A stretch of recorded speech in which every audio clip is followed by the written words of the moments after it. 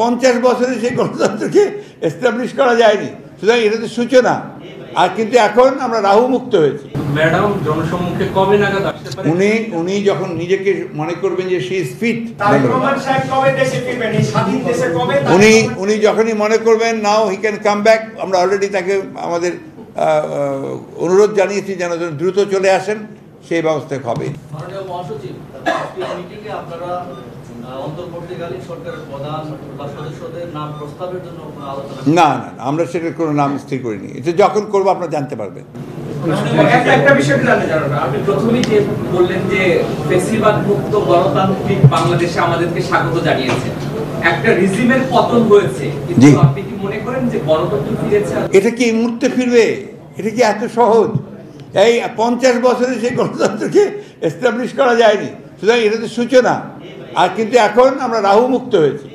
আমরা একটা ফ্যাসিবাদের যে মূল হোতা, জনগণ তাকে সরিয়েছে, সে পালিয়ে গেছে, জনগণ তাকে বিতাড়িত করেছে। সেইখানে আপনার এটা একটা বড় বিজয় নিঃসন্দেহে, সেই বিজয়টাকে কনসিডার করতে হবে।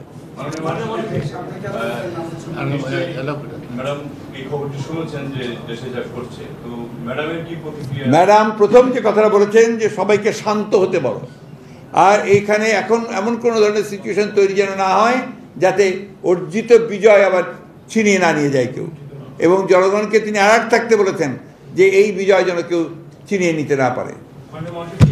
ম্যাডামের মুক্তির ব্যাপারে কথা হয়েছে, আপনারা জানিয়েছেন দেশবাসী নিশ্চয়ই আনন্দিত, কিন্তু ম্যাডাম জনসম্মুখে কবে নাগাদ আসতে পারে?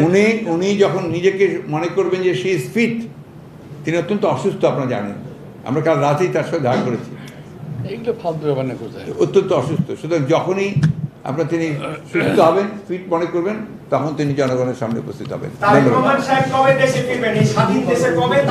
উনি যখনই মনে করবেন নাও হি ক্যান কাম ব্যাক, আমরা অলরেডি তাকে আমাদের অনুরোধ জানিয়েছি যেন দ্রুত চলে আসেন, সেই ব্যবস্থা হবে ইনশাআল্লাহ।